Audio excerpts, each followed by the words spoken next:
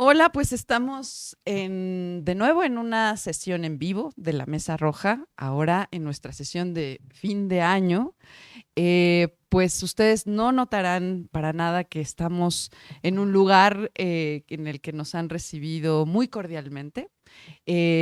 Pues aquí Miguel Tovar, que ha tenido a bien aguantarnos este tiempo para poder grabar esta sesión en la que vamos a hacer pues una evaluación, un recuento y también, pues, ¿por qué no tratar de tener una mirada, si es que es posible, general de un año tan complicado como y tan complejo de analizar como ha sido este 2024?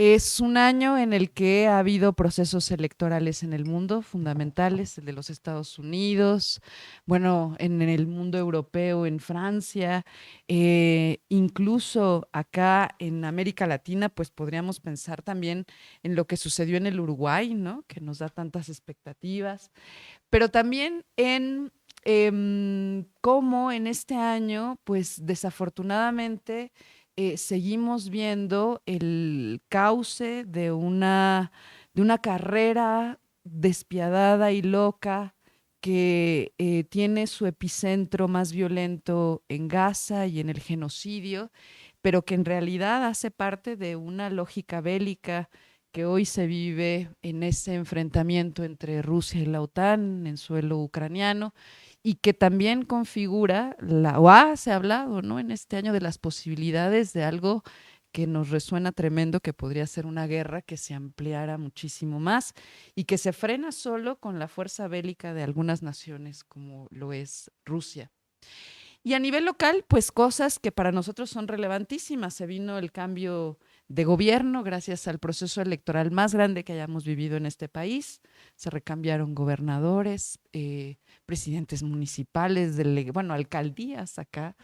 Y por supuesto, la Asamblea Legislativa y bueno, la presidencia, el Poder Ejecutivo de nuestro país, en un proceso que estuvo lleno de tensiones políticas, en las que se fraguaron alianzas y finalmente en el que el resultado pues fue absolutamente sorprendente para todas y para todos en términos de el resultado electoral.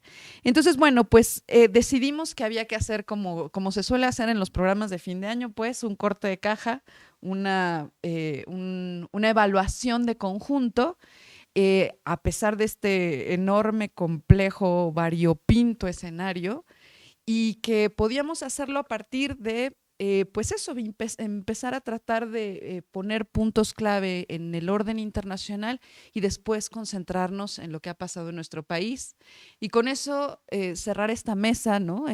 Al final, cuando lo logremos, pensando en que es importante tener ciclos, que somos animales de ritos y los rituales implican a veces tener cierres de ciclos, cuando menos para tratar de entender dónde anda uno parado. Entonces, bueno, pues yo ya no hablaré mucho más, afortunadamente, porque la evaluación está difícil. Así es que empezaremos contigo, Gaby.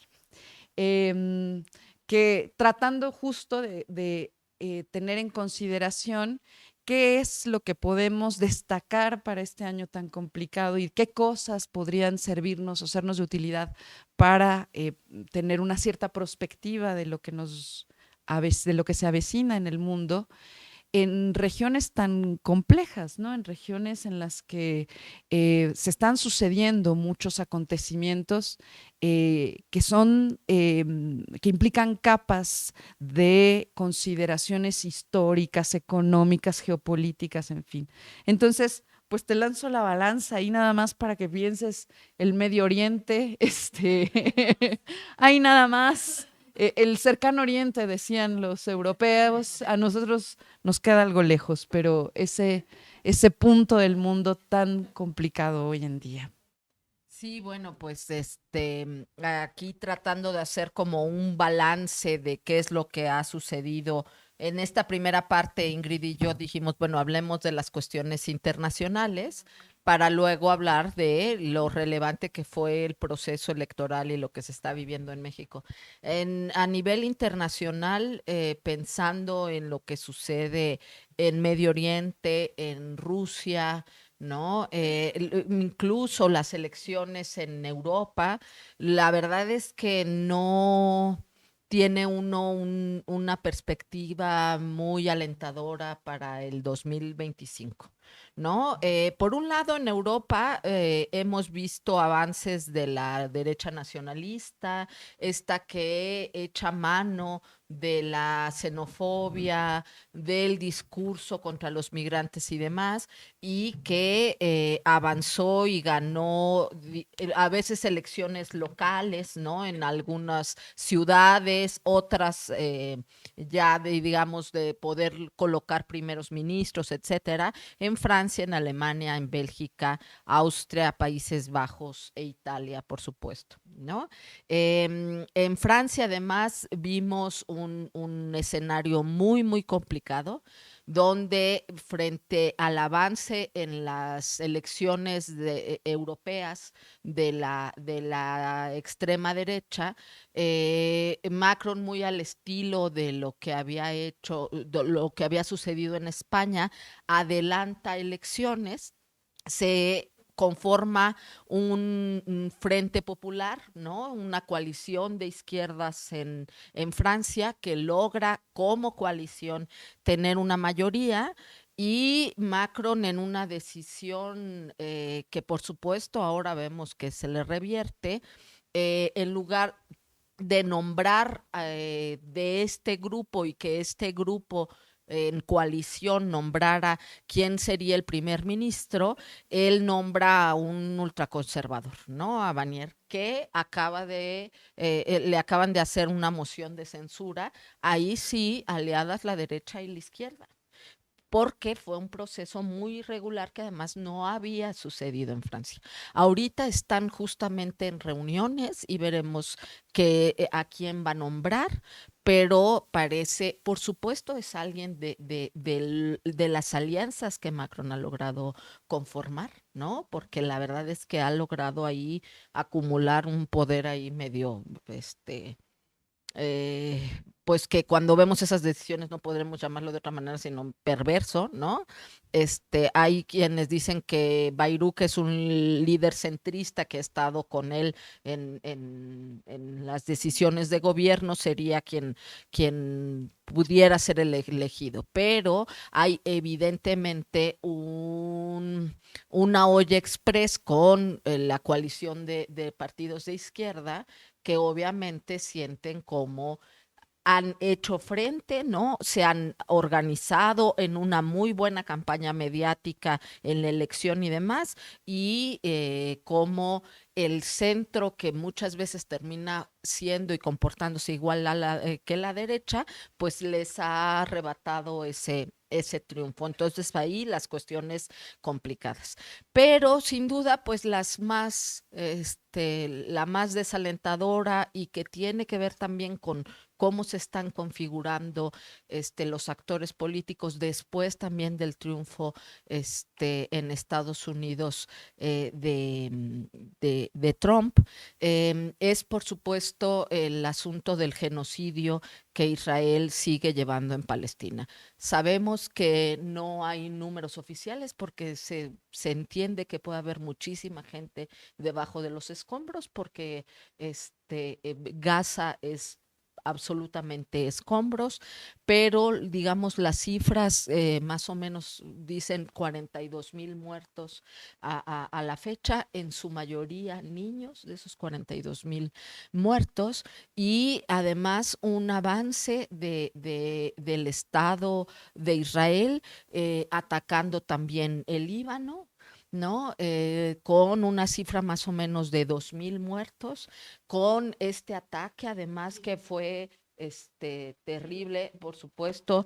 Bueno, ahorita voy a lo que pasó en Siria, ¿no? Atacando también Irán, y Irán respondiendo a los ataques de Israel, ¿no?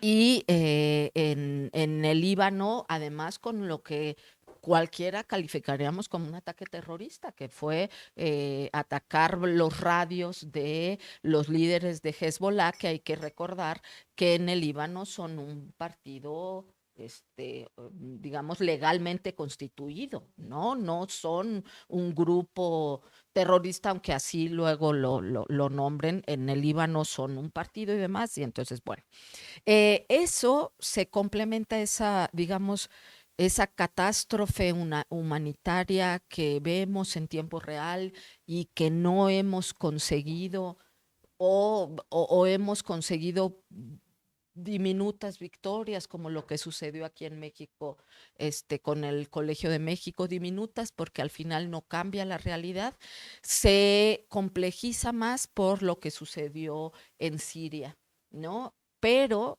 que tiene que ver con la guerra de Rusia y Ucrania.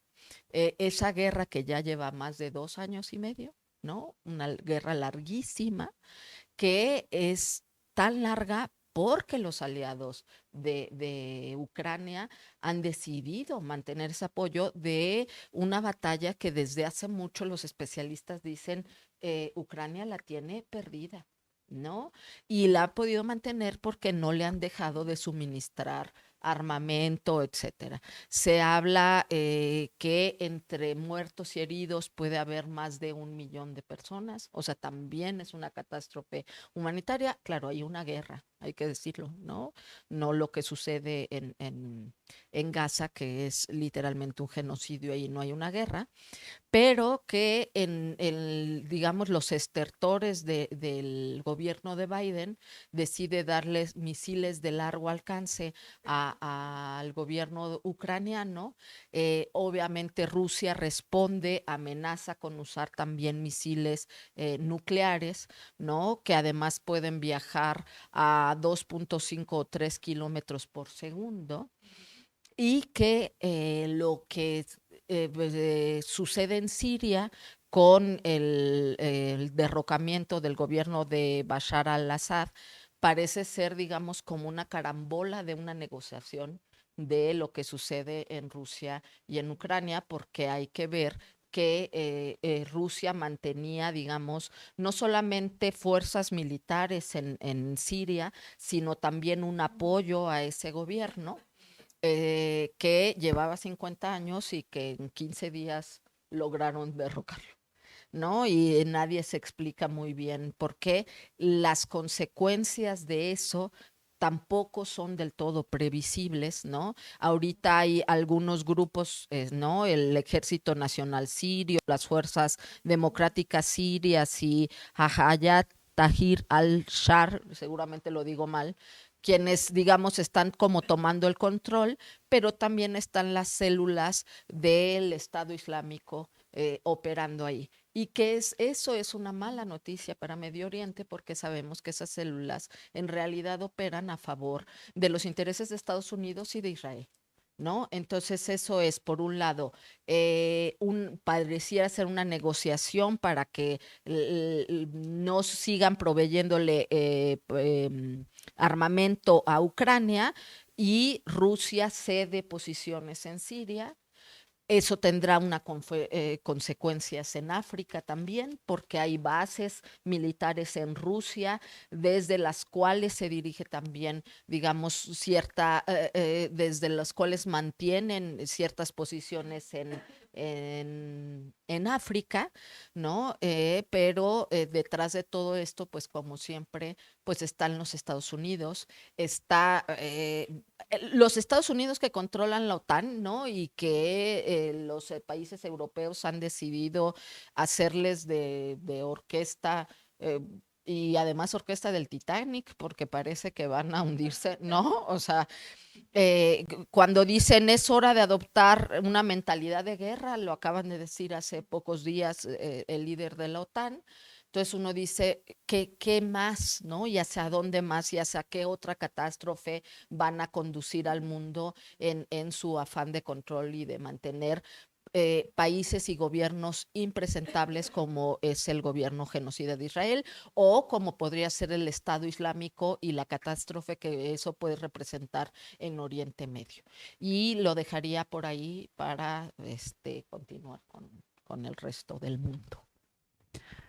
Pues es que pareciera que finalmente podríamos afirmar que lo que sucede en Gaza tendría que ser algo así como el termómetro con el cual medimos el espíritu de los tiempos, desafortunadamente, ¿no? Es decir, es de ahí y ese es el punto eje desde donde podemos empezar a leer la complejidad de muchas cosas, ¿no? Pero este retrato, este panorama, este paisaje que nos has puesto de que no puede ser pintado en blanco y negro, ¿no? Sino que está cargado de matices, algunos de los cuales no son muy difíciles de leer desde acá, Sí. porque son realidades que no son ajenas, con complejidades sociopolíticas que tienen una raigambre que también nos es muy distante, pero que sí podemos también como empezar a comprender en ese concierto de esas naciones que se erigen como las grandes potencias y los grupos políticos y económicos que finalmente están viendo y velando por sus intereses a la hora de tronar los tambores de guerra, ¿no? Y entonces yo pensaría ahora, Ingrid, que eso nos lleva necesariamente a pensar, por ejemplo, en los Estados Unidos, que atravesó un proceso electoral en el que para documentar nuestro pesimismo en esta ocasión, pues resulta que tiene un triunfo atronador Donald Trump y pues preguntarte sobre eso, ¿no? Sobre ahora los señores de la guerra y los señores del dinero hechos gobierno y también pues sobre nuestra región, sobre América Latina, ¿no? Igual, un paisaje. Bueno, aquí hay que hacer un mega resumen, porque muchas cosas ocurrieron en el continente latinoamericano y por supuesto en Estados Unidos, que claramente la mayor noticia del año 2024 es el triunfo de Donald Trump por una mayoría atronadora, como bien decías, ¿no? Y lo que eso va a significar para el mundo entero y para nuestra región. Yo más o menos lo dividí, ustedes saben que me gustan las estructuras, lo dividí porque Latinoamérica está en un momento de una configuración algo extraña. Está ocurriendo al mismo tiempo una segunda ola de gobiernos progresistas y una segunda ola de gobiernos de ultraderecha al mismo tiempo. Eso es como que al momento de armar como la estructura me di cuenta, ¿no? De que estaban pasando las dos cosas y es muy raro, porque es como que estuviéramos en los dos lados al mismo tiempo. Entonces, por ejemplo, en términos de la segunda ola de ultraderechas, tenemos obviamente a Donald Trump, que es el que encabezaría toda esta cuestión a nivel continental, pero está, por supuesto, el triunfo de Milei, por supuesto, Nayib Bukele, que se acaba de reelegir una vez más, Daniel Noboa y Dina Boluarte en Perú, que curiosamente se tomó el país y ahí sigue, ¿no? Que es algo bien curioso que todavía no la saquen. Pero al mismo tiempo tenemos la segunda ola de progresismo, donde está Boric, entre comillas, ustedes saben que no me gusta decirle progresista, pero ya, Boric. Está Petro, está Lula, está Claudia Sheinbaum, ¿no? Ahí viene la segunda ola del progresismo. Y casos curiosos, le puse yo, o casos que se salen de esta dinámica, que vendría a ser Bolivia, donde hay una disputa enorme entre Luis Arce y Evo Morales, que me costó mucho entender, y aquí un saludo a la querida Alina Duarte, que me logró explicar un poco qué es lo que está pasando. Caso de Venezuela, donde por supuesto que Venezuela ya está sola en su afán, porque este fue el año en que todos los gobiernos de Latinoamérica cuestionaron la reelección de Nicolás Maduro. Uruguay, que acaba de sorprendernos con el triunfo de la izquierda nuevamente, con esto del Frente Amplio, que llama la atención, ¿no? Sobre todo porque está al lado de Milei. Y Cuba, ¿no? Y Cuba y el descenso de Cuba, que no sabemos dónde va a terminar, pero que bien no vamos, ¿no? Ese es como un hecho. Entonces, un poco para dividir esto, voy a empezar por los fachos, porque ustedes saben que a mí me encantan los fachos, y siempre por el más facho de todos, que sería Milei, ¿no? El caso de Milei, que Milei tenemos que recordar que este es su primer año de gobierno, porque él asumió en diciembre del año pasado, y por lo tanto ya lleva un año. Y en este año, ¿qué ha hecho Milei aparte de inaugurar un supermercado? Bueno, han bajado los índices, digamos, o sea, ha aumentado el índice de pobreza, ha habido un ajuste presupuestario muy brutal. Él, eso sí, curiosamente ha conservado su base votante y de alguna manera que nadie se explica, logró aplacar y neutralizar la lucha social. Porque hubo marcha de estudiantes, porque hubo marcha de pensionados, porque hubo marcha de profesores universitarios. Y pese a todo, Milei siguió en el poder. Logró reprimir a tal punto que logró desarticular la lucha social en la calle, cosa que llama profundamente la atención.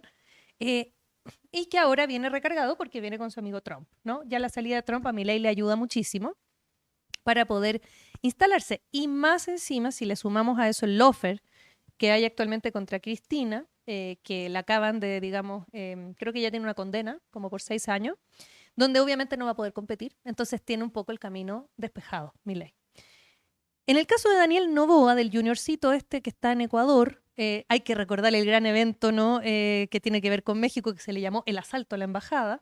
Pero Daniel Noboa hoy en día tiene un desastre en Ecuador, un desastre que está un poco vinculado, ¿cierto?, a la ola de violencia que viene arrastrando el país de antes y que él no ha sido capaz en ningún caso de contener, y una serie de apagones. Tiene ahora problemas eléctricos así graves, ¿no? Ecuador. Ha incrementado la pobreza. Se va a instalar una base estadounidense en Islas Galápagos, o sea, está regalando el país, cosa que tampoco nos extraña, ¿no? Y él tiene muchas ganas de declarar una especie de conflicto armado interno, de militarizar, ¿no? Porque él también está trabajando con el Comando Sur de Estados Unidos, en esto de la base militar y en esto de que el terrorismo, acordémonos en México lo famoso del narcoterrorismo, entonces le va a servir un poco para que Estados Unidos se pueda instalar. Han habido masacres en cárceles, muchísima violencia y nunca vamos a olvidar el episodio donde estas bandas se toman la televisión, se van a un programa, irrumpen, ¿no? Y él llama a militarizar y qué sé yo. Este junior de Daniel Noboa también no lleva mucho tiempo, en noviembre del 2023 cuando asume, o sea, tendría un poquito más de, casi un año, un poquito más de un año. En el caso de Dina Boluarte, rarísimo, porque ha tenido muchísimos escándalos. Está el Rolex Gate, que le llaman, que es esto de que se robó unos relojes, que allanaron su casa. Han habido escándalos, su hermano está vinculado al narcotráfico, ha habido muchísima represión social y mucha marcha y movilización. Hubo paros nacionales, varios, en Perú.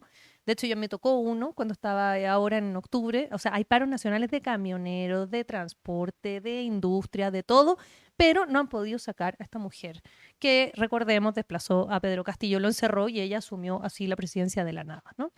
Y Bukele, que el niño símbolo del fascismo latinoamericano, que se acaba de reelegir por el periodo 2024 al 2029, le ha ido bien a Bukele, hay que decirlo. A Bukele le ha ido bien porque básicamente tiene el 85% de apoyo entre la población de El Salvador. En ningún caso nadie quiere que Bukele se vaya y violó la Constitución casi que en 4 o 5 artículos para reelegirse, pero salió reelecto con 80% de la votación. Es decir, Bukele está muy firme en su país y muy difícilmente va a poder salir de ahí. Por el lado de los progresismos, al otro lado del ring, Lula, que es como hoy en día como el representante de este movimiento, que hay que recordar que asumió en enero del 23, o sea, ya tiene casi más de un año, 2 años, con mucha participación internacional, Lula. Brasil organizó el G20, donde recuerdan ustedes que se juntaron todas las potencias, ¿no? Participó de alguna manera en los BRICS de una muy mala manera, porque no es que haya ido físicamente, pero vetó a Venezuela, entonces participó muy mal en los BRICS. Está liderando hoy en día el crecimiento económico en Latinoamérica, una reforma fiscal, cosa que nadie más ha podido hacer de los progresistas, pero Lula de alguna manera la está empujando, y volvió a la política exterior, ¿no? Es decir, después del repliegue de Bolsonaro, Lula lo que hizo fue sacar a Brasil, volverlo a posicionar en el mundo, que la gente vuelva a tener confianza en el país y volver a instalarse desde ese lugar, ¿no? Recuperar el protagonismo internacional. En el caso de Petro, a diferencia de Lula, le ha ido bastante mal. A Petro ya va en más de la mitad de su gobierno, porque él asumió en agosto del 22. Tiene solo 1/3 de apoyo de la opinión pública, o sea, un 30%, contra un 62% de reprobación, de desaprobación. Ha tenido un montón de persecución, intentos de lawfare, intentos de golpe de Estado. Creo que ahora está incluso él anunciando que va a haber un golpe parlamentario pronto, porque no le aprobaron el presupuesto y hay una especie de brazos caídos en el Parlamento donde no lo dejan avanzar.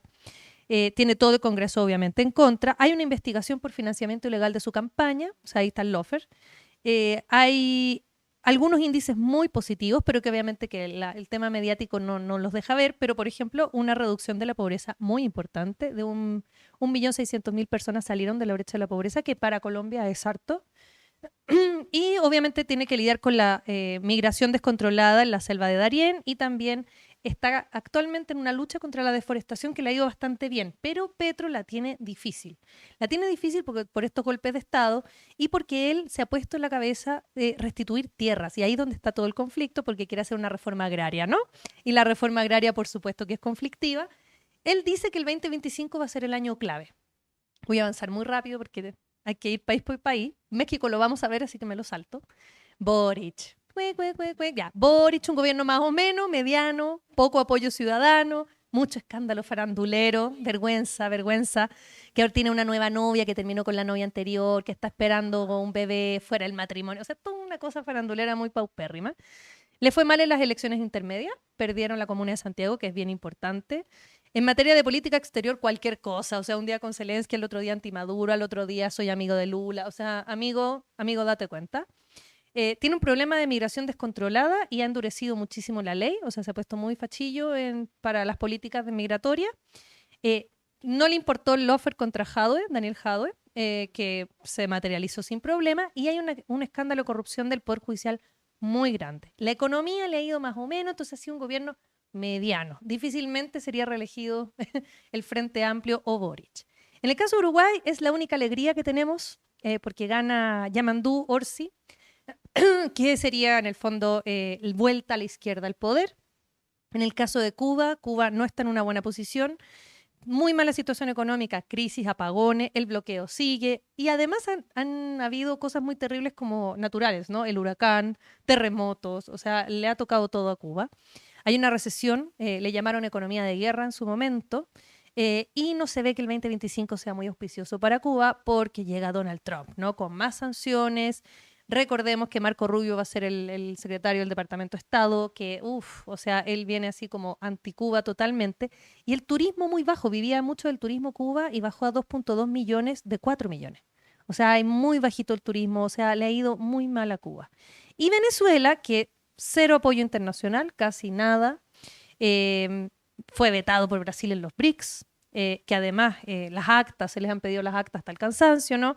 El 10 de enero va a ser la toma de protesta y no se sabe qué va a pasar porque está el señor Edmundo González que dice que él ganó y que él va a tomar protesta el 10 de enero. Entonces hay que esperar a ver qué es lo que va a pasar con se supone, ¿no? Títere. Uy, voy a tomar un minutito más.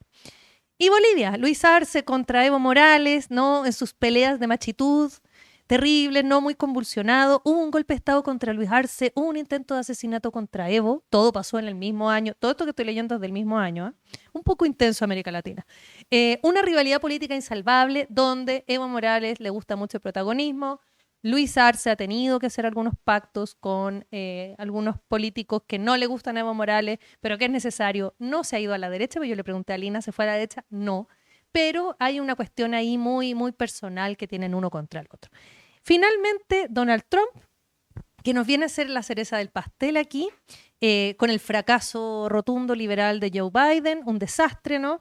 Que tenía crisis económica, bajo apoyo popular, aumento del costo de vida, desigualdades económicas, o sea, viene con la narrativa del outsider antipolítica, le va bien, gana todo, tiene además la mayoría popular, porque es muy rara la votación gringa, y los nombramientos, ¿no? Que eso también sería la noticia este año, ¿no? Los embajadores, como el embajador de México, que es un señor de la CIA, que va a venir aquí no sabemos a qué, y Marco Rubio para efectos de Latinoamérica.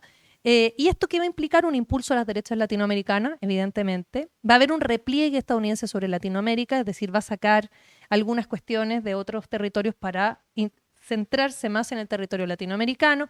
Van a haber durísimas sanciones contra Cuba y contra Venezuela probablemente y deportaciones masivas, que eso nos va a tocar a nosotros, ¿no? ¿Qué más podemos decir? Va a existir el 6 de diciembre la cumbre del Mercosur en Montevideo, va a ir Milei. Hay que ver qué va a pasar con el nuevo Frente Amplio versus Milei. Y básicamente eso, Donald Trump, que va a ser bastante complejo porque está en esa batalla con China y la doctrina Monroe 2.0 sobre nuestro territorio. Ese es el gran resumen. El pequeño gran resumen, pero me encantó cuando dijiste pues la llegada de Trump no va a ser auspiciosa. No va a ser auspiciosa para nadie y pinta bastante mal. Pero digamos que si podemos agarrarnos de algo, es de lo que sucede en nuestro país, que con todos sus claroscuros, sus matices y también sus Monreales y sus Adán Augustos, pues nos da mucho para conversar. Entonces, en 2024, Tere, en 2024 se habló del tiempo de mujeres. Entonces, pues me gustaría que entraras por ahí porque esa frase, ¿no? Habría hasta que desmenuzarla así, decir cómo que el tiempo, o sea, digamos, en qué sentido estamos tratando de ubicar una temporalidad a lo que nos sucede. Y cuando hablamos de mujeres, ¿de qué estaremos hablando en concreto? Pero bueno, en términos de la política nacional, empecemos por ahí con nuestro diagnóstico local. Bueno, pues Tiempo de Mujeres se volvió como el eslogan del relevo sexenal en el país, ¿no?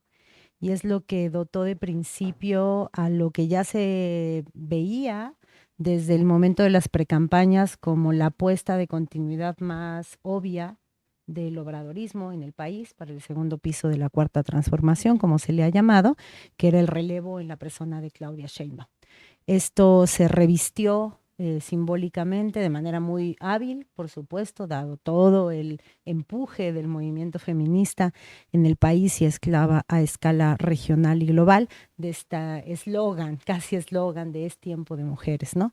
De cara a las otras candidaturas, así llamadas en su momento corcholatas, ¿no? Entonces, cuando hablamos de Tiempo de Mujeres en México, fue el eslogan que revistió al relevo sexenal en el país. Y creo que, pues, si algo, obviamente, no es que solo veamos al México de arriba, pero pues el 2024 en este país fue el relevo presidencial, la gran apuesta de la derecha por conjuntar fuerzas, no solo políticas, sino también empresariales, mediáticas, judiciales, en la gesta de recuperar por lo menos el Ejecutivo o por lo menos algunos escaños importantes en otros órdenes locales y de poder legislativo, y la apuesta fallida, ¿no? de la derecha. Entonces, el gran dato para el plano mexicano, pues claro que es el aplastante triunfo de la Cuarta Transformación, el refrendo popular del obradorismo, que además en este plano de lo que planteaba Ingrid, disuena de otras experiencias latinoamericanas que han ido y regresado, dan dos pasos al frente, luego el que fue el presidente progresista se va a la cárcel 15 meses, luego regresa al poder,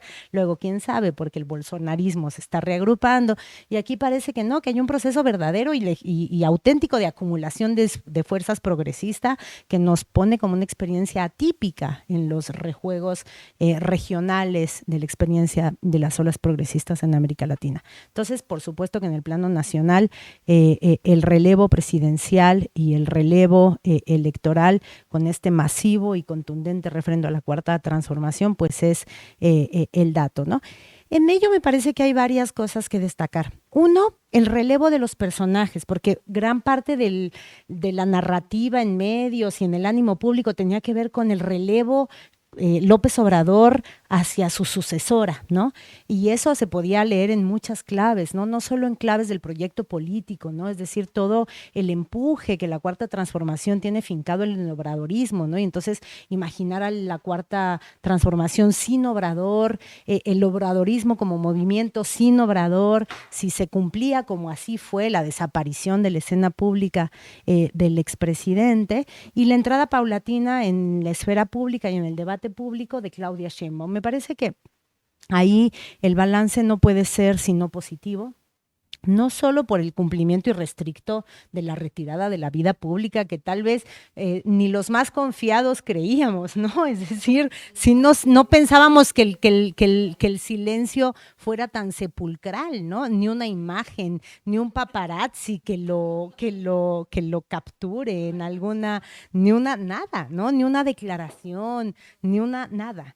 pero además un relevo como muy organizado, muy pactado, muy en bloque, que me parece que funcionó bastante eficazmente, tal que de los tiempos previos a la elección, en la transición cuando Claudia era presidenta electa y en la toma de posesión de Claudia, fue una entrada paulatina de Claudia al comando de la agenda pública, ¿no? Recordaremos los jueves de gabinete, ¿no? Esos momentos en los que por solo el jueves, no importa, solo era el jueves, pero el jueves Claudia era la que dictaba la agenda pública. Y de ahí a colarse al martes, al miércoles, al jueves, al viernes, al lunes y después también al fin de semana, ¿no? En una especie de repliegue pactado y de entrada paulatina de López, de Claudia Sheinbaum, ¿no? Me parece que las cuentas ahí para la cuarta transformación no pueden sino ser alegres, me parece que la jugada les salió bien. Y paso al siguiente tema, que tiene que ver con que se le revistió simbólicamente, hasta ahorita solo simbólicamente, me parece. Veremos qué tanto el viraje en clave género se vuelve realidad, más allá del impacto constitucional del avance de derechos de las mujeres, ¿no? En el texto constitucional. Pero veremos si esto el día de mañana impacta, por ejemplo, en algo que urge, que es la reducción drástica de los niveles de violencia feminicida en el país, ¿no? Lo iremos viendo, pero por lo menos simbólicamente sí está instalado el mensaje político de Es tiempo de mujeres, que ahora problematizaré un poco, pero sobre todo el mensaje político del llegamos todas, ¿no? Un mensaje muy interesante porque en una contienda electoral en la que se enfrentaron dos mujeres punteras, con un mensaje muy distinto, ¿no? El mensaje de abrevar de una lucha histórica de las mujeres en todos los planos contra la meritocracia del techo de cristal de una mujer que de vender gelatinas llegaba a la posibilidad de ser presidenta, ¿no? Entonces el mensaje político de yo llego con nuestras ancestras, de no estoy llegando yo, llegamos todas, me parece que impacta positivamente como una cosa que le da sello de distinción al hecho de que sea Claudia Sheinbaum el relevo de la cuarta transformación en tiempos de afirmación de los derechos de las mujeres, ¿no? Una presidenta que llega así, que llega con este mensaje, que se enfrenta rápidamente a grandísimos desafíos, ¿no? Solo por recontar algunos, porque no podríamos, sin tardarnos horas, ver todos. Uno que ya mapeó muy bien Ingrid, la inminente llegada en algunos días, si estamos hoy a 30 de diciembre, eso quiere decir que en 21 días, personas que nos escuchan, Donald Trump asumirá la presidencia de los Estados Unidos. Y eso implica un desafío, cuenta regresiva, eso implica un desafío en muchos planos y en muchos sentidos. No solo la amenaza de la expulsión masiva de migrantes, que veremos cómo cobra realidad, pero que ya tiende una espada de Damocles sobre muchos paisanos y sobre sus certezas cotidianas y sus impactos económicos, pero no solo, ¿no? Donald Trump y su disputa con China y cómo México juega en ese panorama, y Donald Trump como gran líder de la ultraderecha mundial de cara a un vecino inmediato del sur, gobernado por una de las que se figura como una de las más importantes líderes del progresismo a escala mundial. Es un fenómeno muy interesante, veremos cómo se da la bilateralidad entre estos dos perfiles, ¿no? Pero extrañamente el desafío más importante de Claudia Sheinbaum a unos días de que Donald Trump tome la presidencia no es Donald Trump, sino los equilibrios internos del partido que la llevó al poder, ¿no? Entonces, ¿qué va a hacer Claudia Sheinbaum? El llamado a cuentas disciplinario hacia la primera ruptura evidente entre dos muy importantes operadores políticos, Adán Augusto López y Monreal, funcionó y más o menos apaciguó las aguas, pero se dio a 3 meses de su toma de posesión, o sea, parece que va a ser un signo de todo su sexenio, y hay que ver cómo se configura la cuarta transformación en términos del cuidado de los equilibrios internos, de lo que ya se perfila como las tribus al interior de Morena, entendidas no como disputas políticas, sino como grupos de interés. Entonces, bueno, Claudia Sheinbaum, el tiempo de mujeres, el llegamos todas ante estos grandes desafíos, extrañamente protagonizados todos por varones, ¿no? De la política local o internacional. Es que a ese voy después, a ese voy. Después, bueno, un siguiente punto que tiene que ver con que la gesta más importante, por lo menos, no solo en la narrativa, sino en términos concretos de la Cuarta Transformación, ha sido doble: desneoliberalización y lucha contra la corrupción, ¿no? Se ha dicho, nosotros desneoliberalizaremos y lucharemos contra la corrupción como si fueran agendas compartidas.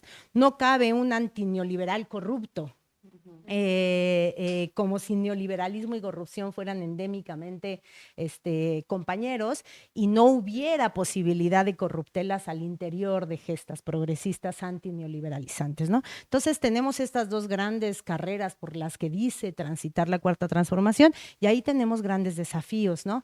En el lado de la desneoliberalización, pues estos procesos mediante los cuales, paradójicamente, para avanzar en el camino, por ejemplo, de la reforma al Poder Judicial, la 4T hace un muy sofisticado y delicado lavado de cara a uno de los más importantes protagonistas de la era neoliberal, ¿no?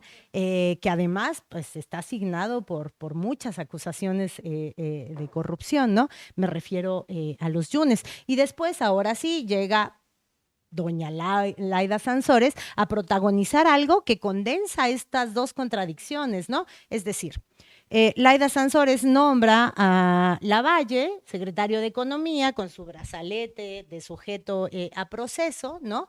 Lo cual socava la convicción anticorrupción de la Cuarta Transformación, la incapacidad de detener a una gobernadora para hacer eso, que no haya una línea de mando, como sí la hubo en el caso Monreal, Adán Augusto, decir, oye, no lo hagas, nos haces quedar mal, que no haya una línea de mando eficaz que evite ese gesto político equivocado en términos corrupción, y que además vuelva a verificar que la 4T tiene la capacidad de lavarle la cara a algunos de los más importantes íconos del periodo más agresivamente neoliberalizante, es decir, el periodo del Pacto por México, el periodo de Odebrecht, el periodo del soborno para el impacto neoliberal constitucional. O sea, de verdad, ni por la vía del combate a la corrupción ni por la vía de la antineoliberalización vamos ganando, ¿no? Y evidentemente esto es uno de los claroscuros. Y cierro con dos postales que nos hacen pensar en el tiempo de mujeres. Primera postal, Claudia en el G20. Creo que es una postal positiva, es una postal en la que no solo el país tomó un liderazgo principista desde el sur interpelando al norte. Yo me imagino una especie como de que en el G20 el sur son los pueblos y el norte son el poder, ¿no? Eso que acá, pues no, porque acá los pueblos son otra cosa y no necesariamente son las expresiones gubernamentales del progresismo, ¿no? Pero en el G20 y en la geopolítica internacional, de pronto el sur son los pueblos, es la interpelación desde la vida, desde el territorio, desde el ambiente, desde los principios, desde el no a la muerte, no a la guerra. Y me parece que la primera aparición de Claudia Sheinbaum no solo fue principista, sino que fue eficazmente principista. Capturó todas las cámaras, capturó toda la atención y fue un mensaje que caló, que cimbró. Y me parece que en eso, claro que se juega lo que se han jugado otros protagonismos, el de Lula, el de Petro, pero me parece que se cuela el que sea la única mujer a escala internacional, a ese nivel de mando, que esté hablando desde el humanismo, desde la paz, desde la vida, desde los pueblos, ¿no? Y paso a la segunda postal. Claudia Sheinbaum, la cuarta mujer más poderosa del mundo, tiempo de mujeres. Y para cerrar con la idea del tiempo de mujeres. Y esa es una postal que no nos gusta tanto porque palidece a la otra Claudia Sheinbaum, ¿no? Palidece a la única mujer poderosa que está interpelando desde valores típicamente feministas, como es el pacifismo, como es el de destinen el recurso militar a la reforestación, ¿no? Y es esta idea de que Claudia Sheinbaum puede ser puesta en una foto en Forbes junto a Giorgia Meloni o junto a la más importante cara del belicismo europeo de la Unión Europea, ¿no? Entonces, me parece que ahí tenemos como dos retratos de lo que puede significar el tiempo de mujeres desde México, ¿no? O vamos a hacer una voz femenina en la voz de los pueblos ante el norte global guerrerista y belicista y genocida, o vamos a hacer la cuarta mujer más poderosa del mundo, compartiendo portada con genocidas, con racistas, con supremacistas, etcétera, etcétera. Y con eso cierro. Ahí la ambivalencia, ¿no? La ambivalencia de muchas cosas que pasan en la 4T. Ese montón de cosas que pueden ser efectivamente un modo a través del cual desde el Estado se da alguna forma a lo que se entienden como valores sociales de la izquierda, pero al mismo tiempo esa otra forma que puede ser la del código propio de la sociedad capitalista y de sus estrategias también de ideologización, ¿no? Pero ahora, Dani, en esta evaluación de orden local, sin lugar a dudas, el triunfo de Claudia representa esto que desde la cuarta transformación se ha llamado el segundo piso, ¿no? Que a mí siempre me hace pensar en el segundo piso del periférico, ¿no? Yo sé que también va por ahí, pero yo siempre pienso en el segundo, yo siempre pienso solo en el periférico, no lo puedo evitar. Quisiera que me pensara en algo más, pero además de esto sí hay una reconfiguración del Estado mexicano, ¿no? Una reconfiguración muy importante que trastoca aquellas, digamos, aquella forma de institucionalización a través de la cual se había, digamos, dado un cauce específico, se había abierto la puerta para que hubiera instituciones o aparatos institucionales que resolvieran cosas que el Estado no estaba resolviendo, ¿no? O que se consideraba que debían estar por fuera de la estructura propiamente estatal, los llamados organismos autónomos, y que hacen parte de ese momento precisamente que coincide con la historia del neoliberalismo en nuestro país, pero también de otros elementos estructurales de más larga data, ¿no?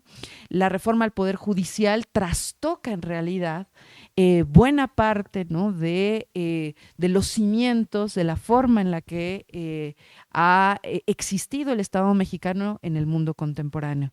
Entonces, pues eso, Dani, háblanos de las reformas constitucionales que en realidad van a configurar y van a dar un tono particular y una relación también específica al gobierno con los ciudadanos, a las fuerzas políticas al interior, a partir de este nuevo juego, ¿no? Del modo en el que nos relacionamos con los poderes estatales. Entonces, creo que es parte de nuestro necesario diagnóstico. Sí, pero necesario un traguito de este vino porque está bastante difícil. Mira, fíjense que ahorita escuchándolas pensaba, 2024 va a ser realmente 2024 cuando veamos la historia en esta, lo vamos a ver como un año que es la expansión de Israel, no solo es Gaza, que es 7 de octubre de 2023, no solo es Palestina, sino es Irán, es Líbano, ahora Siria, ¿no? Y con estas imágenes de Netanyahu en el Congreso de Estados Unidos siendo aplaudido y ovacionado por los congresistas de Estados Unidos. O sea, es esa expansión de ese proyecto colonial de Medio Oriente, pero también son los BRICS, ¿no? Los BRICS y esta emergencia, que ya no es emergencia, sino es consolidación, pues cuando decían, Putin está solo con Ucrania, no sé qué, no, pues, no solo, pues junto a más de la mitad del planeta gobernado en esa reunión en Rusia con China.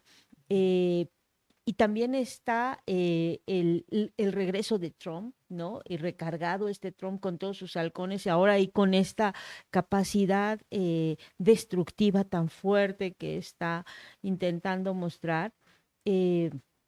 También está el fin de la Corea, o sea, de ese modelo de democracia y de ejemplo para el mundo de lo que había sido esta emergencia económica, que era el gran modelo, y pues ahora pues ya derrocado el señor presidente de Corea por pues por el desastre económico que estaba generando ese modelo, ¿no? Ese modelo que para el mundo se nos mostró como el ejemplo de la economía.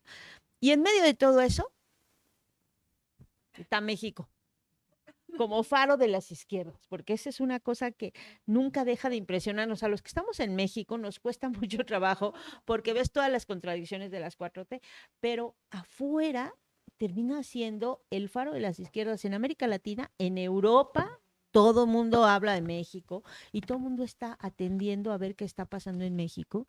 Y en México lo que pasó en 2024 es, por un lado, una cosa que nadie hubiera creído el 20 de febrero de 2024, cuando se presentaron, no, el 5 de febrero, ya estoy confundiendo, 5 de febrero, cuando fue el aniversario de la Constitución, y López Obrador presentó sus 20 reformas constitucionales, y yo recuerdo que todos los comentarios y todos los análisis eran, es un distractor. En realidad no quiere que pasen esas reformas, lo que está ocurriendo es que está llamando la atención y haciendo una distracción de no sé qué otras cosas. Y no, o sea, era en serio. Era en serio. De sus 20 reformas constitucionales ya pasaron 14 en este primer periodo legislativo de la segunda parte. 3 cuando todavía estaba él, 3 fundamentales, que era la reforma a la Guardia Nacional, la reforma de pueblos indígenas y la reforma al Poder Judicial. O sea, esas 3 todavía con él. Y las otras 13, o sea, las otras 11, porque son 14, pero, o sea, han pasado 16 reformas constitucionales, pero hay 2 que son, digamos, el aporte extra de Claudia Sheinbaum, que es esta, ¿no? El de las mujeres y la de vivienda. Pero las otras 14 son de esas 20 que en febrero, apenas hace 10 meses, la gente estaba diciendo, es un distractor electoral, en realidad no es lo que quiere es como engañarnos para avanzar en las elecciones. No, bueno, pues sí pasaron, ¿no? Sí pasaron y sí están o van a provocar, ya con sus leyes secundarias y eso, una reconfiguración de la concepción que tenemos del Estado. Y yo me acuerdo que yo decía en ese momento, pues qué bueno que se discutan, porque son cosas que tenemos que estar discutiendo, porque es la forma en la que estamos concibiendo lo que va a pasar en el futuro. Bueno, pues ya pasaron y ya tenemos que concebir lo que vamos a querer de esas reformas en el presente. En el caso, por ejemplo, de, pues bueno, la madre de todas las reformas, que es la reforma al Poder Judicial, a mí me impresiona cómo todavía estamos ahorita en el proceso de elegibilidad, ¿no? Porque ya pasamos el proceso de, ya pasamos el de elegibilidad, que es si cumplen los requisitos. Ahora vamos al de idoneidad, ¿no? Es decir, si son respetables y no sé qué, y eso le toca a los comités y a la evaluación ver si realmente son probos. Después viene el proceso de insaculación, que es una tómbola y es la suerte y no sé qué, y después viene la elección. Ya para ese momento, mucha de la ciudadanía va a tener elementos muy importantes para poder tomar decisiones sobre a quiénes va a votar, porque la información está y está surgiendo y se está viendo y están revisándose las listas y está viendo quién entra, quién no entra. Hay desde personas que están, por ejemplo, personas de colectivos de búsqueda, ¿no? Personas que iba a ser, quería ser ingeniera y terminó estudiando Derecho por la desaparición de su hermano y decidió apuntarse ahora porque quiere participar del proceso. Abogados democráticos, también gente muy mafiosa que hace unos meses decía, no, esa reforma va a atentar contra la democracia y los principios no sé qué, y ahorita ya está apuntada por 3 vías distintas para ver si, sí, los cercanos a Isabel Miranda, que estaban por el Poder Legislativo, pero también por el Ejecutivo, porque ya lo sacaron de la lista del Poder Legislativo, pero siguen en el otro.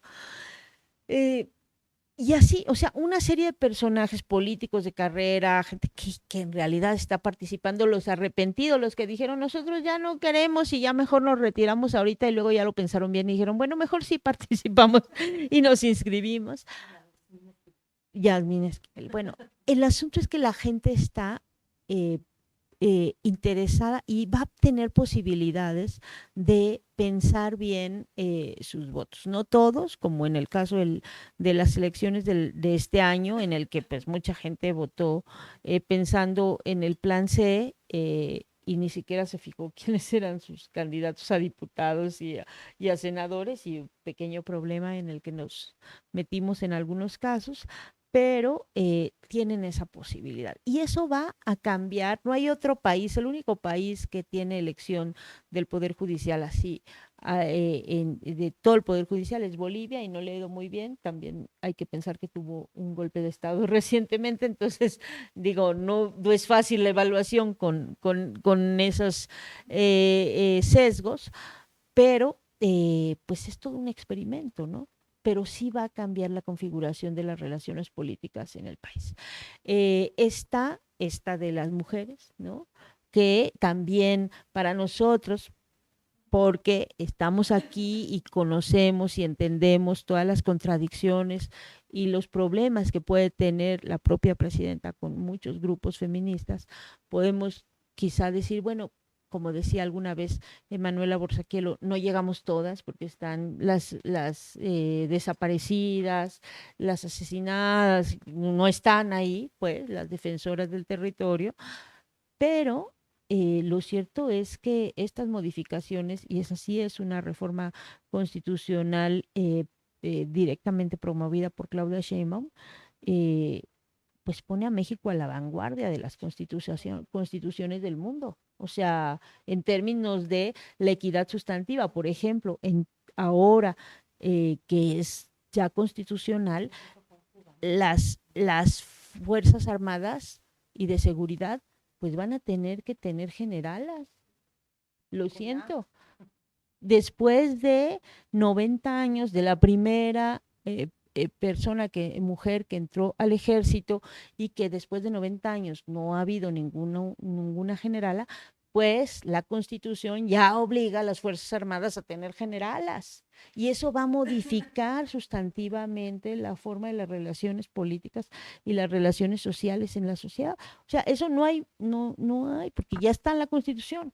Ahora, faltan las leyes secundarias, falta que se operativice, pero eso va a modificar ciertamente muchas de las relaciones que hay. Entonces, pues son muchísimas. Hay unas que están todavía pendientes. Está, por ejemplo, la de medio ambiente, que para mí es fundamental porque tiene que ver con el tema de la minería.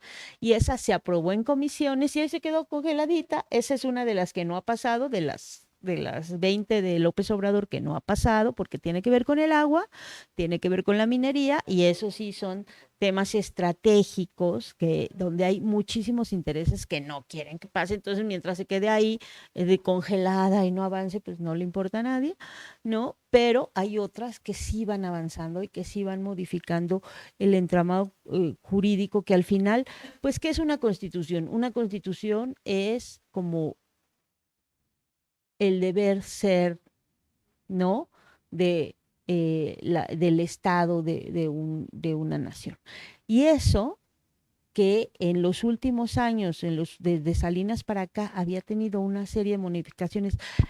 Si no me equivoco, habían sido como 500 modificaciones. Es uno de los países que más modificaciones había tenido a la Constitución, si no es que el que más. Estados Unidos creo que ha tenido, no sé, no recuerdo el dato preciso, pero eran como 200 enmiendas en no sé cuántos años. Bueno, México había tenido 500 solo en estos 40 años, y todas con un corte muy neoliberal, empezando por las de Salinas y terminando con las reformas estructurales de Peña Nieto. Bueno, estas que propuso Andrés Manuel en su última etapa, esas que iban a ser distractores electorales, pues finalmente ahora ya son. Ahora, eso, ¿cómo va a bajar? ¿Cómo lo vamos a organizar? ¿Cómo se va a presentar? Bueno, es todo un reto para un país, porque sí son cambios de fondo, de echar, o sea, poner freno, entonces, poner freno de mano, poner el freno a todo y regresarte y dar un viraje con dos pasos extras, como esto de las mujeres, ¿no? De la igualdad sustantiva.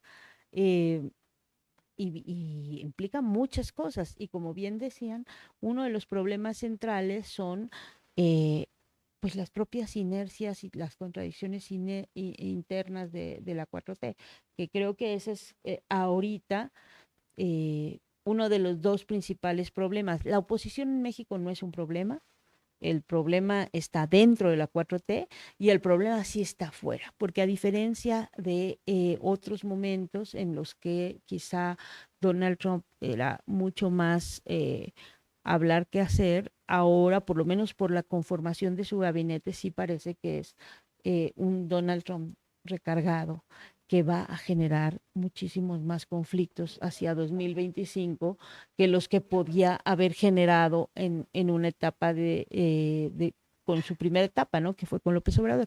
Ahora, también ciertamente México está en mejores condiciones que en 2018 para enfrentarlo, pero también sigue siendo una relación absolutamente desigual, con un mundo en el que tenemos la expansión de Israel, el punto y demás. Bueno, y creo que allá está, y me quedo porque ya me pasé y podría seguirme acá emocionando con este tema, pero es que es bien interesante, ¿no? Lo que viene.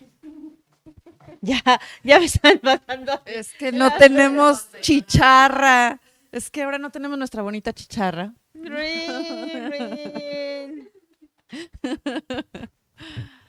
Bueno, bueno, pues qué decir del diagnóstico sí, gracias por estar con nosotras. Después de todo esto, las esperanzas sobre el futuro quedan un poco, digamos que tensas, tambaleantes, digamos que para donde quiera uno mirar.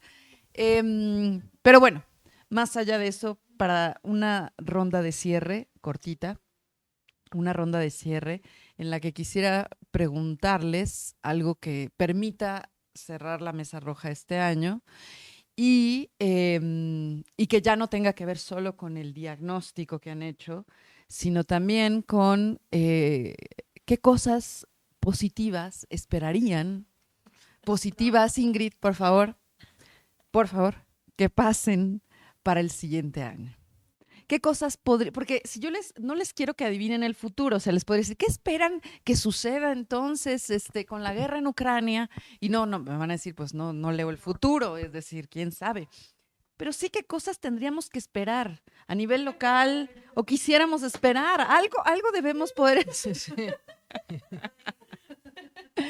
Ay, no se dejan, qué barbaridad.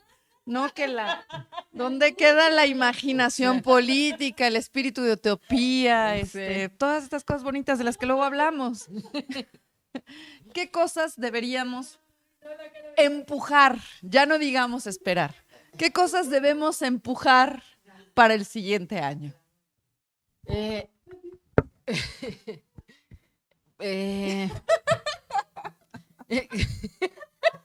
Es que además tengo ese defecto, yo no puedo mentir, mi rostro siempre me delata, pero híjole, bueno, yo creo que a nivel América Latina sí creo que hay una reconfiguración por todo lo que acaba de decir Ingrid y que acaba de comentar también Dani del papel que tiene México. Veo, por ejemplo, a México haciendo más alianzas con Colombia que con Brasil, por ejemplo. Y eso habla también de que están más a la izquierda de lo que actualmente está Lula. Bueno, esa es una cuestión interesante. Yo creo que esas alianzas van a ser muy necesarias frente a estos poderes del dinero y de la guerra que controlan a su antojo y que con un así de decir, ahora te echamos los misiles para que nosotros negociemos y entonces deje Siria y eso consolida el poder de Israel en Medio Oriente. Entonces, esas pequeñas alianzas, aunque parezcan pequeñas, yo creo que van a ser importantes a nivel países. Por supuesto, también lo que hemos dicho siempre de los movimientos sociales, pero, por ejemplo, pensando en Medio Oriente y lo que sucedió con la primavera árabe, pues no nos da como muchas esperanzas, ¿no? O sea, que ese movimiento popular luego al final termina cooptado porque además hay esta estrategia que la vemos, por ejemplo, un país que no mencionamos, pero que están a punto de acabárselo, como es Haití, ¿no? Todos estos poderes y cómo financian una serie de grupos, ¿no? Que se disputan el poder, ¿no? Mientras ellos extraen riqueza, mientras logran apaciguar, en nuestro caso, el primer país, además afrodescendiente, independiente de América Latina, ¿no? Y cómo lograron a lo largo de los años, pues literalmente hacerlo pedazos. Entonces, en ese sentido, luego me cuesta mucho trabajo pensar cuáles podrían ser las cosas positivas. Hay quienes creen que esto es esta cuestión de la aceleración del capitalismo que va a llevar a su destrucción, ¿no? Esto,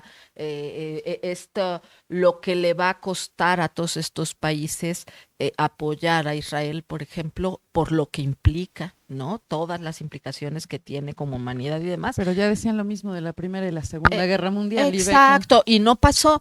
Y por otro lado, tampoco yo soy muy afecta de esa, porque lo ven incluso con entusiasmo y los costos humanos son altísimos, altísimos, y uno tendría que preguntarse si en realidad exactamente, si ese costo humano, si ese sufrimiento, porque claro, no vivimos en casa, pero cuando uno lo ve dice, caray, ¿vale el sufrimiento de este año y 2 meses?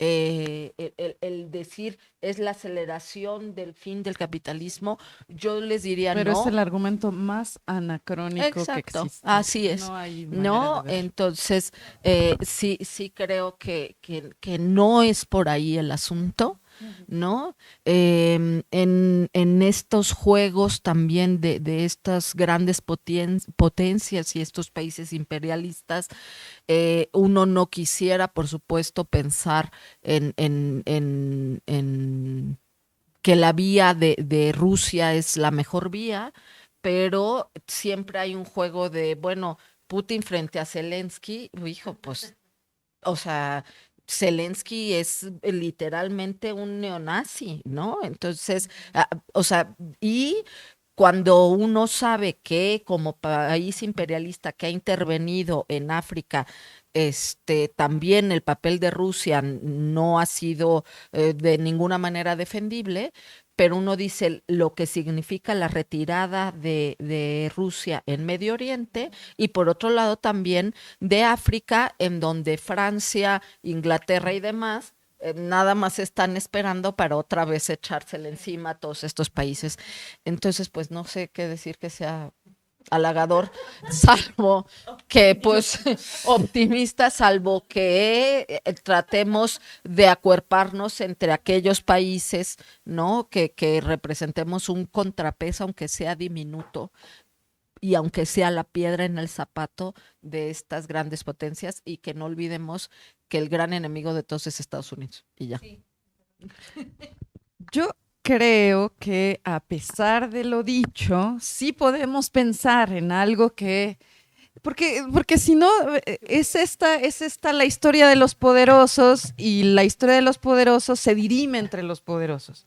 Pero debe haber alguna manera de pensar en que los pueblos, en que de algún modo se construyen no solo horizontes distintos, sino prácticas diferentes.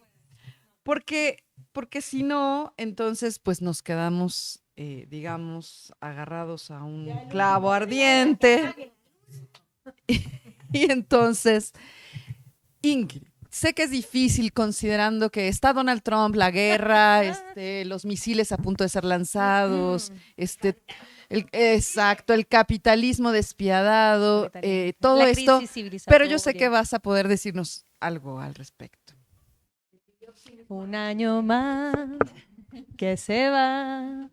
Un año más. Vamos a cantar mejor, ¿no? ¿Cuántos se han ido? ¿No conocen esa? Esa se baila en Chile. Un año más que se va. Acá ¿Sí? ponemos la de En la puerta del sol, como el año que fue otra. Yo creo que hay que cantar frente a la pregunta de Diana, porque le pide a la persona más optimista del grupo que tenga una idea positiva de esta situación. Yo creo que la verdad hay algunas cosillas, pequeñas, diminutas, cuasi minúsculas, pero que podrían darnos alguna luz de esperanza en un mundo que está muy oscuro, porque hay que decir que está oscuro. Y está oscuro porque estamos como en transición. Hay algo que se está moviendo, hay algo que está cambiando. No sé si para bien, ¿ah? Una transición no implica que eso vaya a un lugar mejor para nada. Solamente que hay transición porque hay reestructuración de poderes, ¿no? De hegemonías, diría Diana, cómo se van. Ahí estamos recién, ¿ah? Porque como bien dices tú, la hegemonía gringa tampoco es como que se vaya a quitar de un día para el otro. Pero sí, por ejemplo, el tema de los BRICS. No quiero decir con eso de que la versión capitalista de los BRICS sea mejor que la versión capitalista de Occidente, porque al final son todos capitalistas. Eso es un hecho.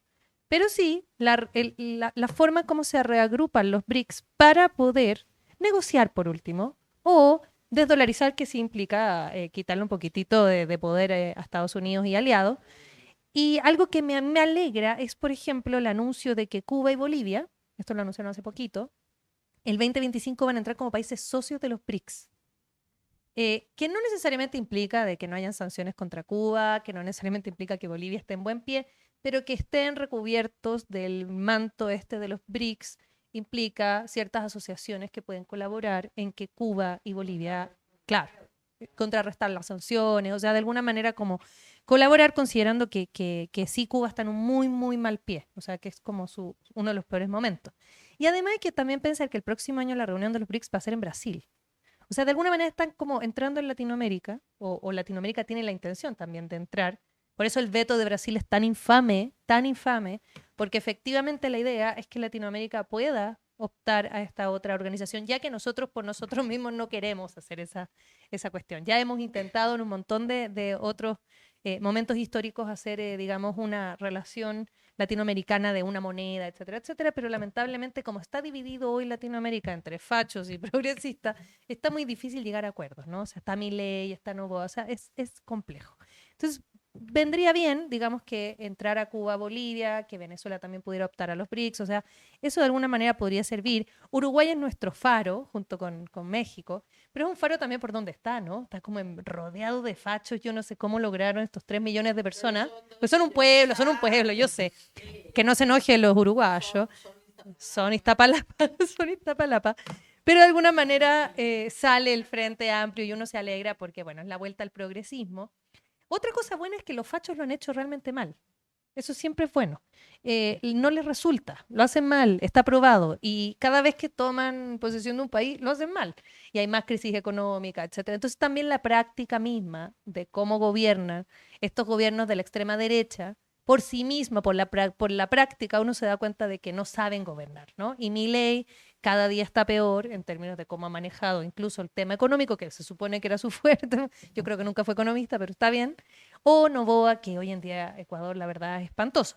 Ahora, bien tiene razón Gaby en decir que son los pueblos los que sufren, efectivamente. O sea, ahí hay un sufrimiento del pueblo cuando estos tipos toman el poder. Lo mismo va a pasar probablemente con Estados Unidos y Donald Trump, porque tampoco eso va a ser, digamos, un buen gobierno. Lo más probable es que no. Entonces, eso de que quede en evidencia de que no lo hacen bien, yo creo que es algo positivo.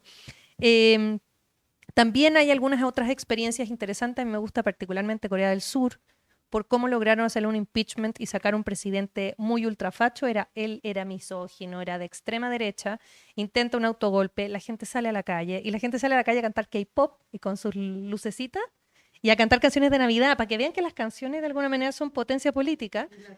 Y las de Navidad.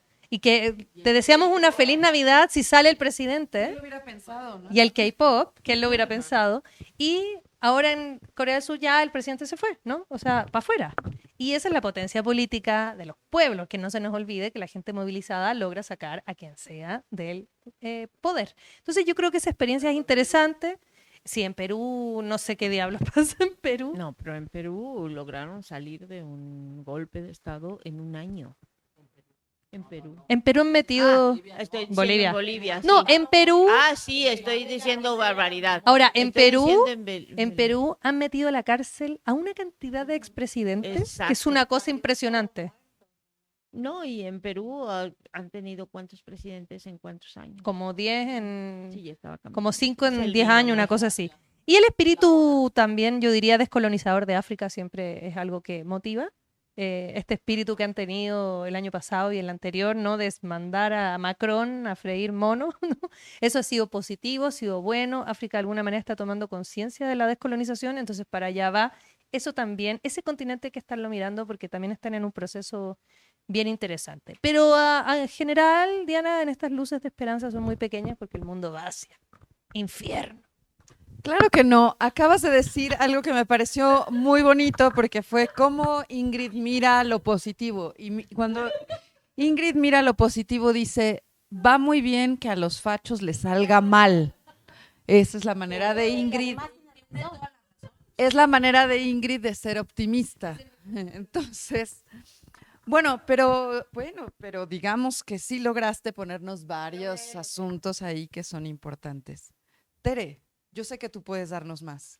Yo sé que tú puedes ir más lejos. Yo quiero intentar sacarle todo el provecho, voy a improvisar para sacar todo el provecho que pueda a la metáfora del segundo piso, porque me queda mal que lo pensemos solo como el segundo piso del periférico, porque claro que desde ahí se pensó, o sea, si la corcholata que hubiera ganado hubiera sido Monreal, no estaríamos en el segundo piso de la Cuarta Transformación, sino quién sabe en qué. O sea, estaba la metáfora mandada a hacer para Claudia Sheinbaum. Puede ser.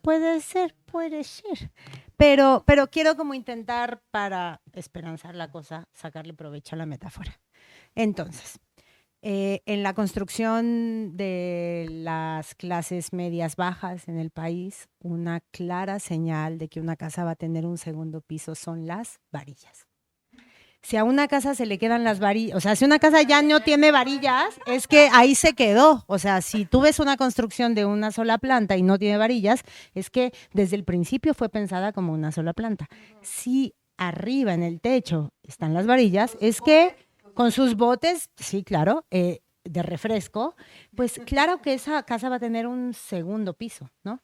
Entonces, pensando un poco en lo que decía Daniela, creo que lo que pasó el 5 de febrero del año pasado fue como que salieron las varillas, ¿no? Es decir, el segundo piso de esto que estamos construyendo va para allá.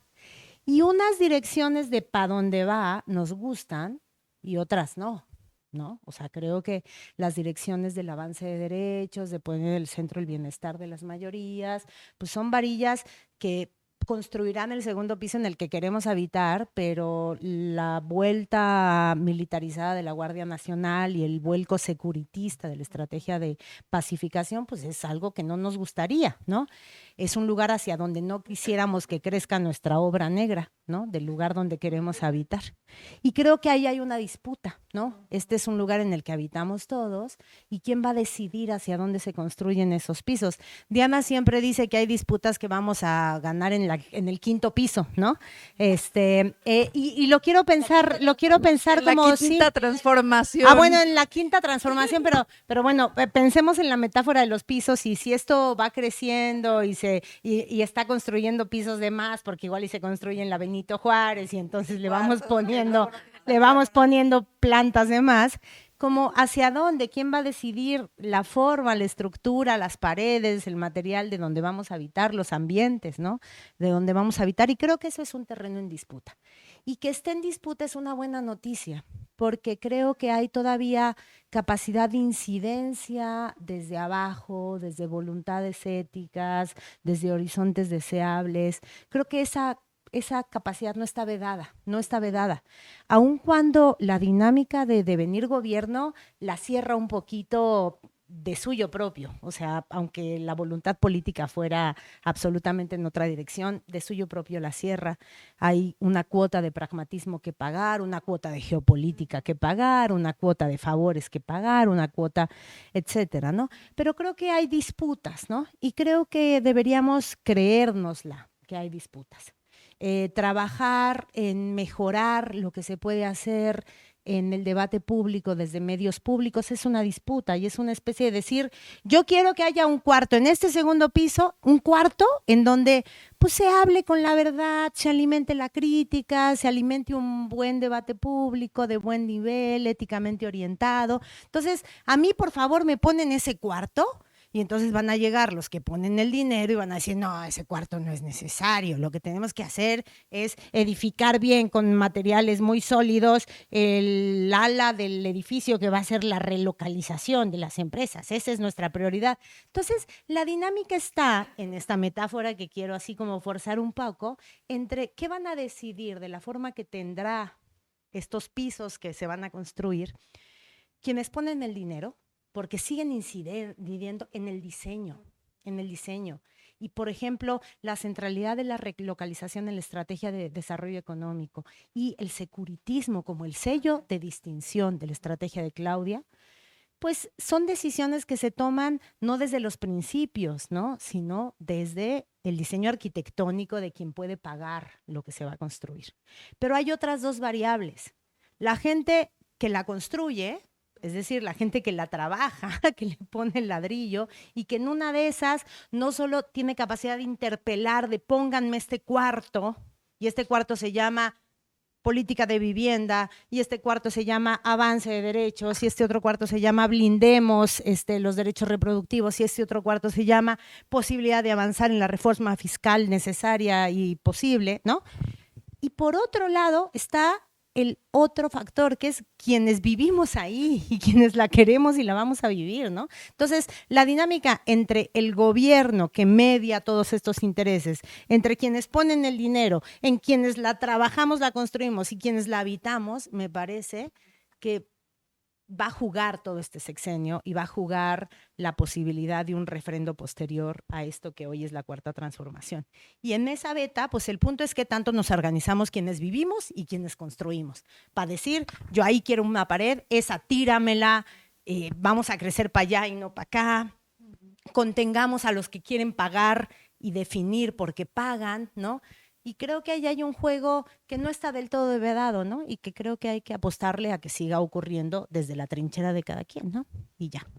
Ese fue mi aporte, que es que esperanzador. Yo sabía que Tere sí iba a avanzar más en que nos diera expectativas positivas. Y sí, pues es eso, un trabajo en proceso. Aunque lo que no lograste con la metáfora es que yo pensara en concreto. O sea, yo pienso segundo piso, sigo pensando en concreto. Pero bueno. Es el poder metafórico que uno dice todo y no dice nada, porque es la metáfora lo que habla. Llénala tú de contenido. Pero a ver, Dani, mira, es la última participación de nuestra última mesa del año, es nuestro cierre. Ciérralo con algo que nos dé expectativas de futuro para que vayamos a cenar muy contentas y contentos. Viejo, porque me ha dejado cosas muy buenas. ¿Se acuerde de lo que tú dijiste?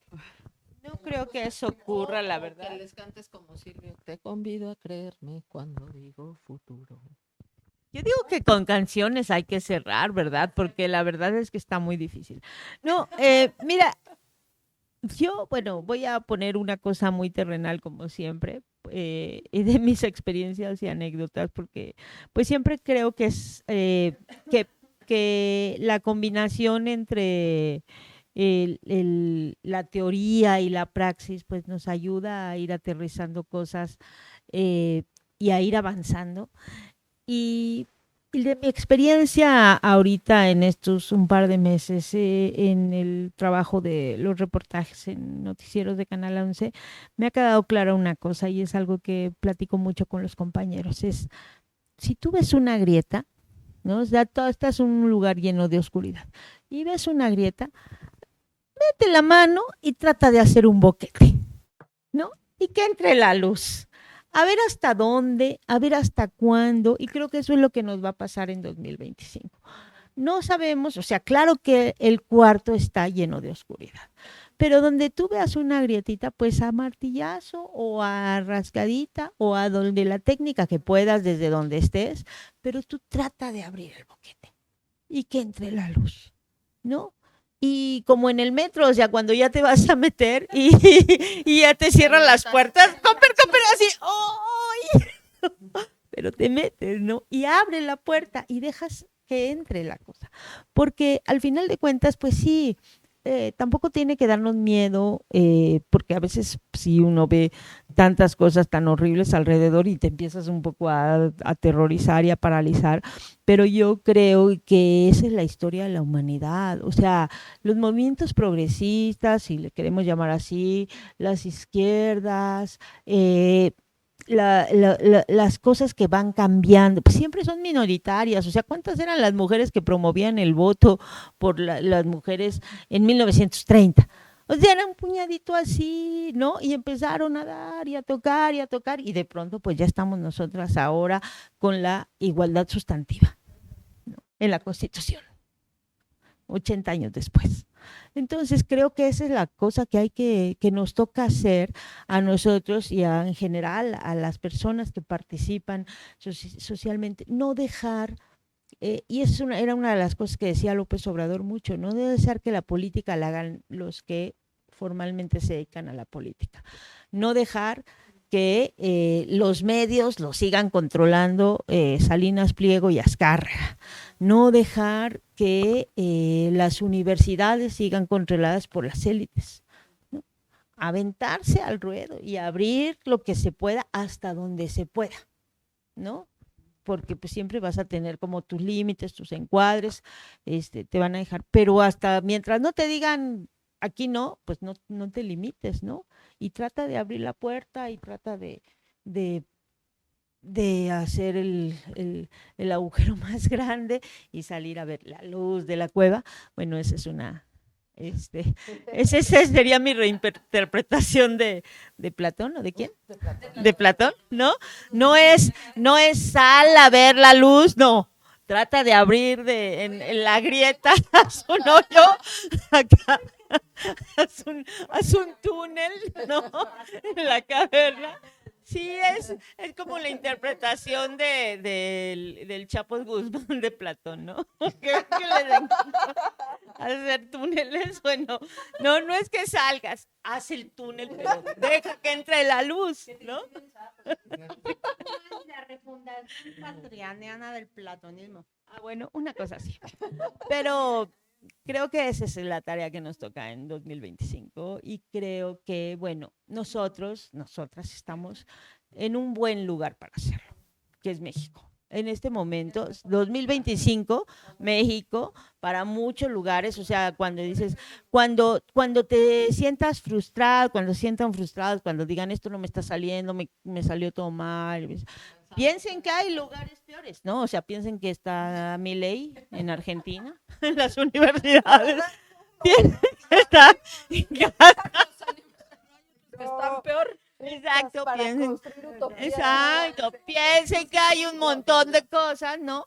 Y entonces dices, bueno, aquí nada más me tocan lidiar con el señor que Monreal o cualquier otro de los señores que no entienden nada y que siguen sin entender y sin escuchar nada, porque eso nos ocurre mucho también con muchos de los compañeros de izquierda también, ¿no?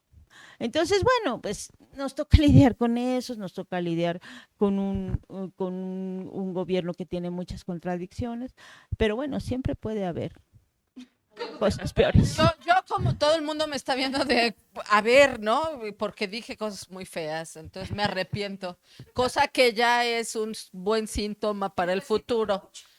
No, pero ¿sabes qué? Sí diré una cosa, una cosa. No sé si ya me acabé o mi sea, tiempo. también pensando que la peor tragedia que estamos viviendo es sin duda el genocidio en Gaza.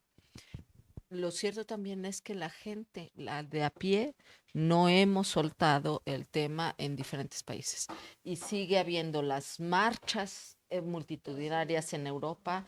Está Irlanda dando la cara por muchos países sobre lo que se debiera hacer, ¿no? Y con todas las presiones.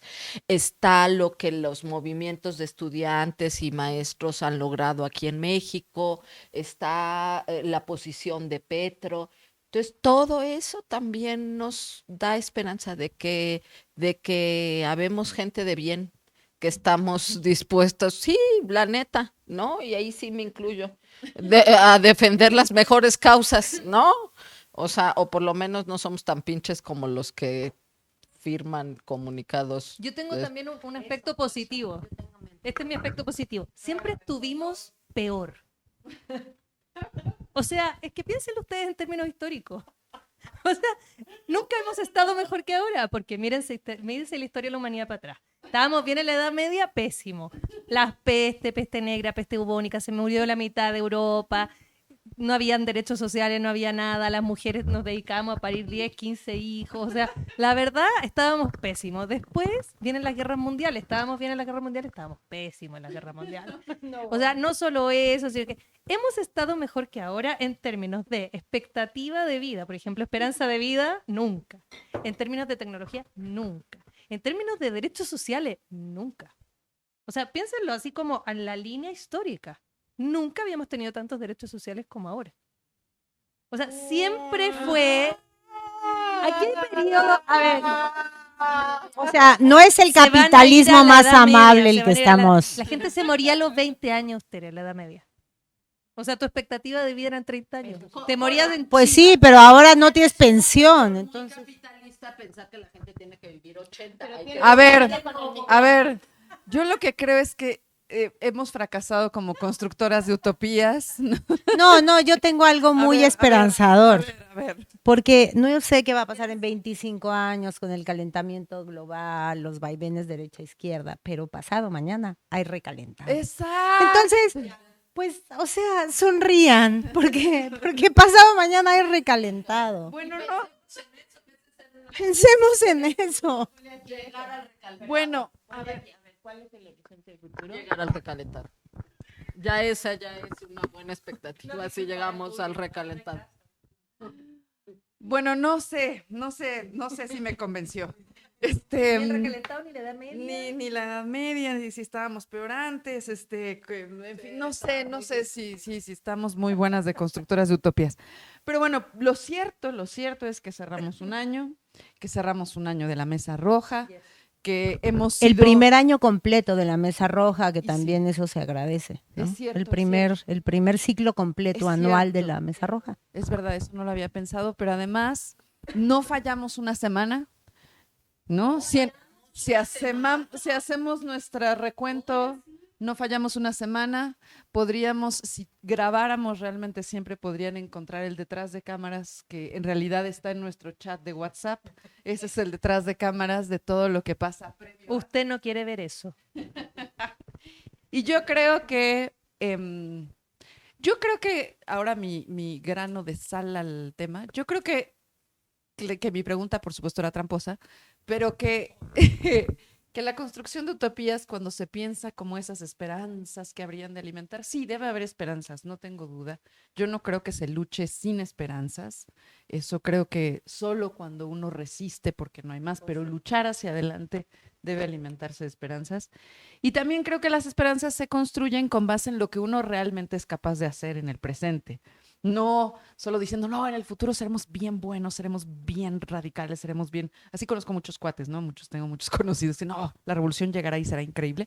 No, pero que en el presente no pelean por nada, ni construyen nada. no es la victoria definitiva, no pelean. No, y están, Que si no es la batalla definitiva, no pelean ninguna. mejor están ahí, echando pleito en Twitter, ¿no? No, yo creo que si uno no es capaz de construir espacios de dignidad ordinaria, pues entonces tampoco podemos pensar cómo habría de ser ese futuro para todos y para todas. Entonces, bueno, ahora sí, concentrándonos en que ya vamos a brindar por el fin de año. Ya. Este 2024, para bien y para mal, finalmente se acabó. Sin esperanza, pero con vida. Yo tengo. Con nuestro vino rojo, la Mesa Roja dice salud. Feliz año. Salud. Felices recalentados, felices pavos, felices romeritos. Salud, felices todo. Salud. Felicidad. Nos vemos en la siguiente Mesa Roja, ya en el 2025.